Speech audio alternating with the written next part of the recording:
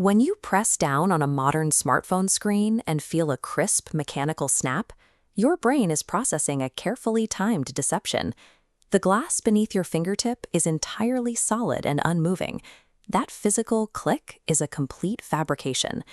This sensation is actually a physical illusion, executed by a specialized internal component called a haptic motor.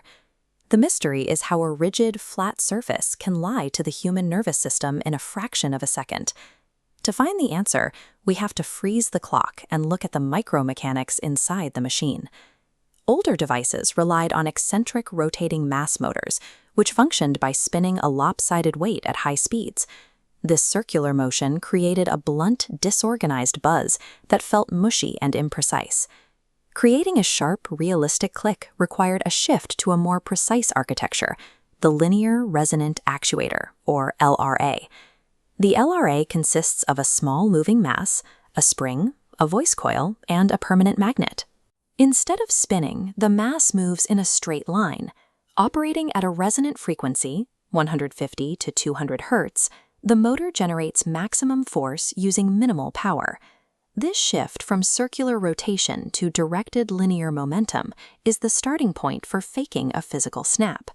We can see the trick in action by looking at the first few milliseconds after your finger applies pressure to the glass. At 1 millisecond, the attack, a high-voltage alternating current spike, violently accelerates the mass to mimic a physical switch.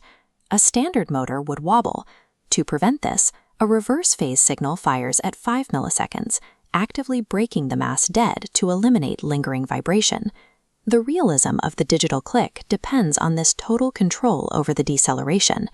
In real time, this entire sequence of acceleration and braking happens in less than 10 milliseconds.